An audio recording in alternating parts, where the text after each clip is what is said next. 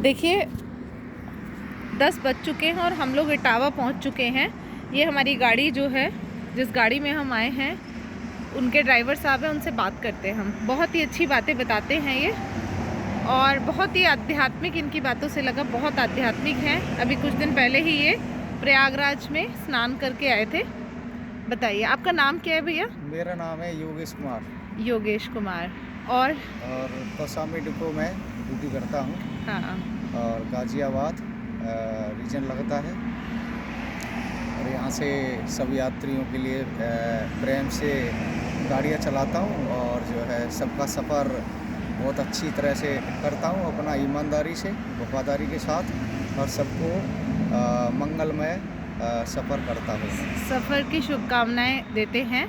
तो अभी जैसे आप देख रहे हैं कि आज सुनने में आ रहा है कि बहुत रश है वहाँ पर, और वहाँ से कहा जा रहा है कि आप जो है वापस चले जाएं।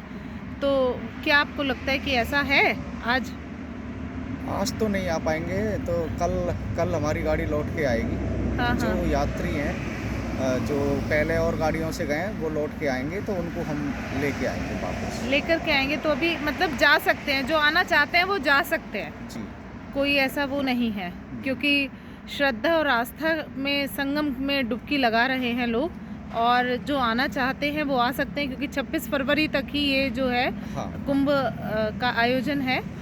तो जो आना चाहते हैं वो आ सकते आ हैं। सकते हैं, क्योंकि सरकार ने गाड़ी ये यात्रियों के लिए चलाई है ना, यात्रियों की सुविधा के लिए लगाई सुविधा है। के लिए हाँ, चलाई है। तो इधर से भी यात्री लेके जाना है, और पल्ली तरफ से भी यात्रियाँ लेके आना है। हाँ। नहीं, आपका बहुत वो है कि आप चाहते हैं कि सभी की जो सफ़र है वो मंगलमय हो। अच्छा, और अच्छा। हमारे साथ हमारे जो दूसरे ड्राइवर हैं, उनका आपका आप परिचालक हैं। नाम पूछिए। हैं नाम आप नाम क्या है आपका? मेरा नाम योगेश शर्मा। योगेश शर्मा जी। देखिए योगेश शर्मा जी जो हमारी इस गाड़ी के परिचालक हैं, वो हमारे साथ हैं।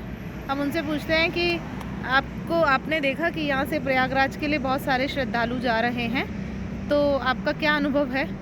देखिए, मेरा जो पर्सनल अनुभव है, जो मैं अपना मानता हूँ, वो है कि हम तो स्नान नहीं कर पा रहे हैं, लेकिन इस आस्था के महाकुंभ में हम जितने भी श्रद्धालुओं को श्रद्धा के साथ जो जा रहे हैं, उनको हंसते हुए, खेलते हुए और अच्छे माहौल में उन्हें वहाँ तक पहुँचा सकें, ताकि वो संगम में डुबकी लगा करके और पुण्य जो है वो कमा सके। हाँ। और उसके बाद हंसी खुशी अपने परिवार में वापस आएँ।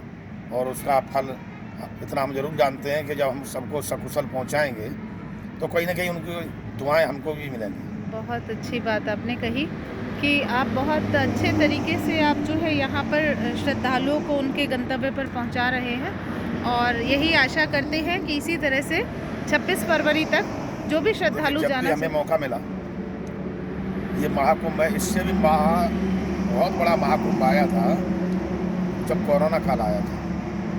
उस समय मेरी posting Secunderabad depot district Bulandshahr में हुआ करती थी। जी जी। कोरोना लगा उस दिन से, और ठीक 31 मई को मैं घर वापस आया था। केवल जनता की सेवा में रात दिन एक कर दिया था। मेरा जो सहायक क्षेत्र प्रबंधक महोदया थी श्री ममता सिंह जी, जी जी, उनका रात को ठीक 12 बजे मेरे पास कॉल आया था, जब सारा ट्रैफिक बंद था, न कोई रोडवेज चल रही थी, न प्राइवेट गाड़ियाँ चल रही थी। उन्होंने मुझसे एक ही बात कही थी कि योगेश जी, आपको ठीक 2 घंटे के अंदर सिकंदराबाद पहुंचना है। मैंने उनसे पूछा, मैं कैसे आ सकता हूँ, कोई साधन नहीं है। उन्होंने कहा, मुझे कुछ नहीं मालूम, अगर मुझे सस्पेंशन होने से बचाना है तो आपको आना है। जी जी। मैंने उन्हीं की भाषा में उनको जवाब देते हुए ठीक 2.25 घंटे में सिकंदराबाद के लोहाली टोल पर मैं पहुँचा। वहाँ बुलंदशहर के डीएम साहब और एसएसपी महोदय ने मुझसे पूछा कि आपको जब 12 बजे कॉल की गई जी, तो आप 2:15 बजे यहाँ तक कैसे आए? जी जी। तो मैंने उनको अपना अनुभव बताया। मैं, सर सुनिए, आप ही सरकारी मशीनरी का प्रयोग करना नहीं जानते हैं।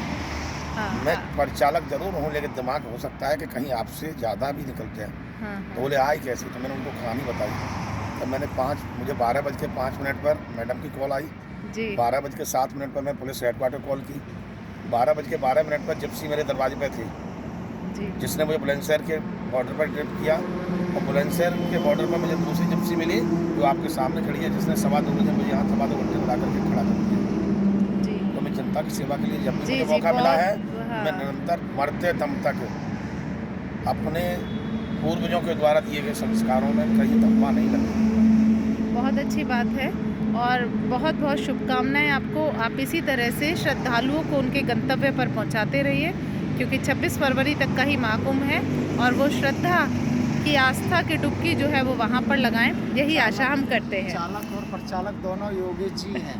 जी जी, या चालक भी योगेश है और परिचालक भी योगेश जी है। दोनों ही चालक दोनों ही परिचालक व्यक्ति डिस्ट्रिक्ट अलीगढ़ से बिलोंग करते हैं। मैं अलीगढ़ महानगर से हूँ और जी, चालक योगेश जी कस्बा जी, तहसील खैर के गांव येदलपुर खेड़ा से। हाँ, बहुत ये अच्छी तो बहुत अच्छी बात है और बहुत बहुत शुभकामनाएं हम भी देते हैं कि जो भी श्रद्धालु प्रयागराज में जा रहे हैं सभी जो है अपने गंतव्य तक पहुँचे। हमारा प्रयास यही रहता है कि हमारा कोई भी श्रद्धालु रुष्ट न हो, हम हर तरह से उसको संतुष्ट करें, ये हमारा प्रयास रहता है। जी पिछली बार भी मौनी अमावस्या के समय पर मैं प्रयागराज में ही था। जी, उसमें मेरी गाड़ी में पैसेंजर एक्स्ट्रा थे, मैंने अपनी सीट को छोड़ करके पैसेंजरों को सीट दी और खुद बोनट पर बैठ करके दिल्ली से प्रयागराज 700 किलोमीटर का सफ़र बोनट पर बैठ के किया था। बहुत बड़ी बात है कि आपने जो है इस तरह से सेवा की। और क्योंकि ये संस्कार हमें ये नहीं कि रोडवेज में आने के बाद ही मिले। जी जी, संस्कारों का जो उदय होता है वो परिवार से, माँ बाप से होता है। जी, वहाँ जी। से उसके बाद शिक्षा में जब पहुँचते हैं घर से निकल के तो गुरु से होता है जी और संस्कार माता पिता और गुरु से ही मिलते हैं। जो उन संस्कार को नहीं सीख पाया वो इंसान नहीं, मवेशी की तरह होता है। मैं उसे कभी इंसान की संज्ञा देना नहीं चाहूँगा। बहुत बड़ी बात कही आपने और बहुत बहुत अभी शुभकामनाएं। अभी हम देखते हैं कि हम सुबह कितने बजे पहुंचते हैं प्रयागराज, जी। फिर आपसे मिलती हूँ मैं।